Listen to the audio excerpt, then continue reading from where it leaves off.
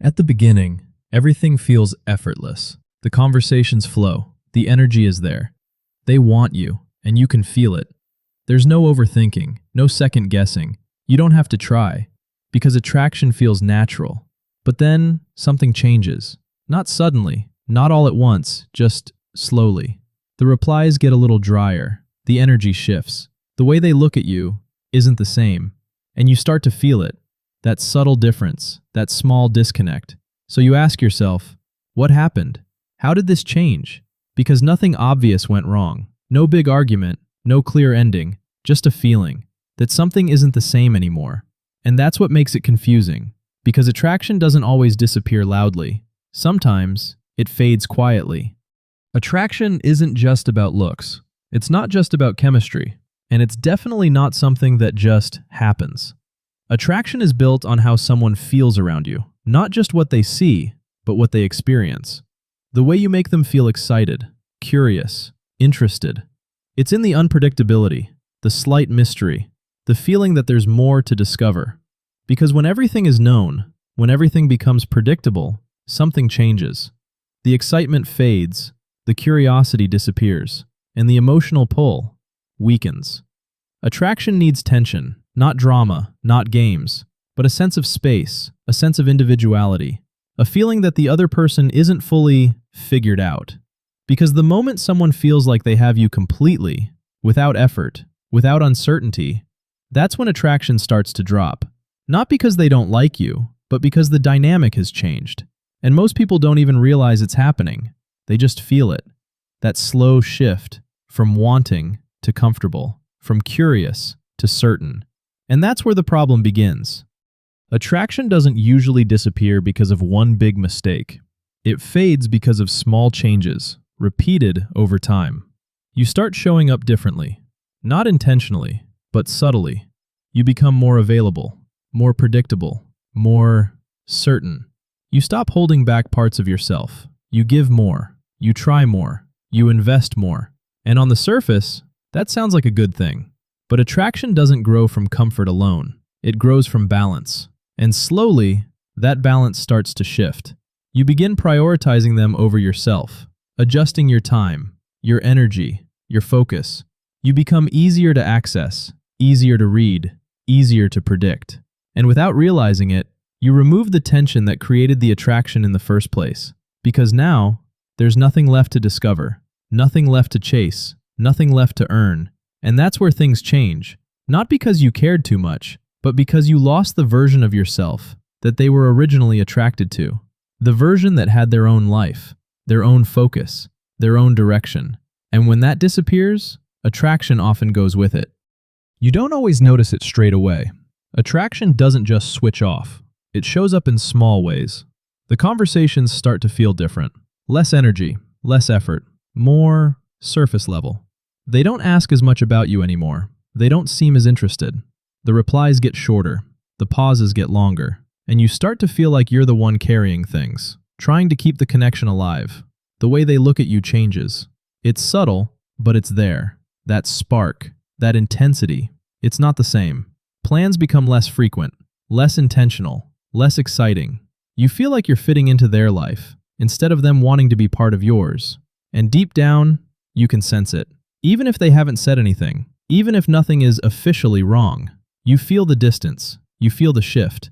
And the hardest part is, you don't know how to fix it. So you try harder, you give more, you become even more available, thinking that will bring it back. But in reality, that often makes it worse. When you feel someone pulling away, your instinct is to get closer, to give more, to show more, to prove your value. You text more, you try harder in conversations, you put in more effort, hoping it brings things back to how they were. Because in your mind, more effort should fix the problem. But attraction doesn't work like that.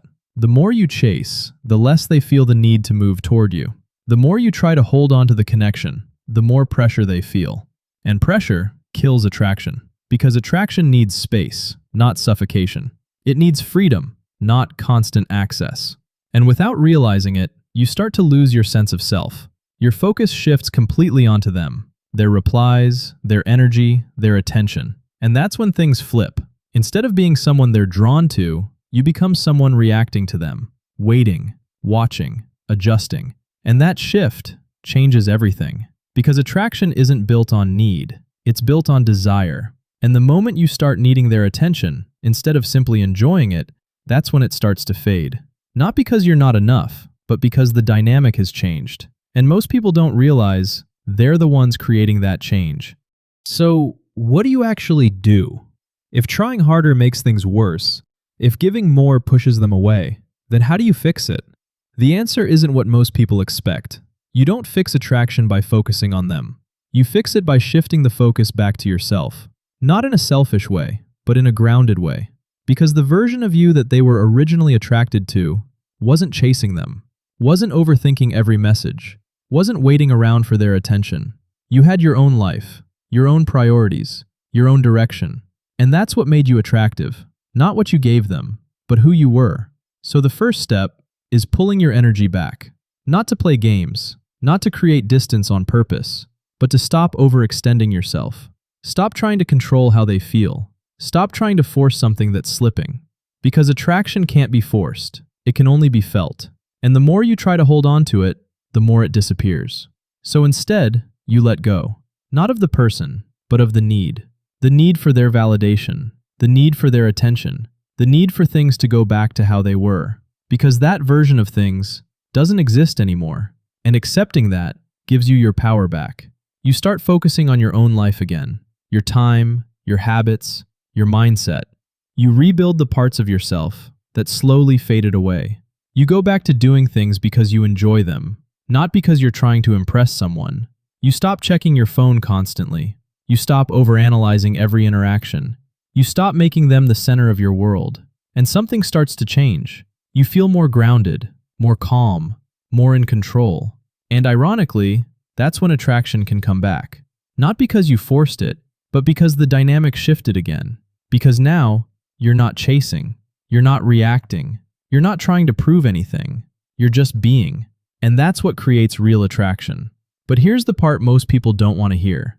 Sometimes, it doesn't come back. Sometimes the attraction is gone. And no amount of change will bring it back. And that's not failure. That's reality. Because not every connection is meant to last. Not every situation is meant to work out. And holding on to something that's already fading only keeps you stuck. So the real goal isn't to make someone feel attracted to you again. It's to become someone who doesn't need to chase attraction in the first place. Someone who has their own life, their own direction, their own sense of self. Because when you have that, you don't lose yourself trying to keep someone. And if they walk away, you don't break. You adjust. You grow. You move forward. And eventually, you find something better. Not because you were trying to replace them, but because you became someone who attracts differently. And that's the real shift. Not getting them back, but becoming someone who doesn't need to.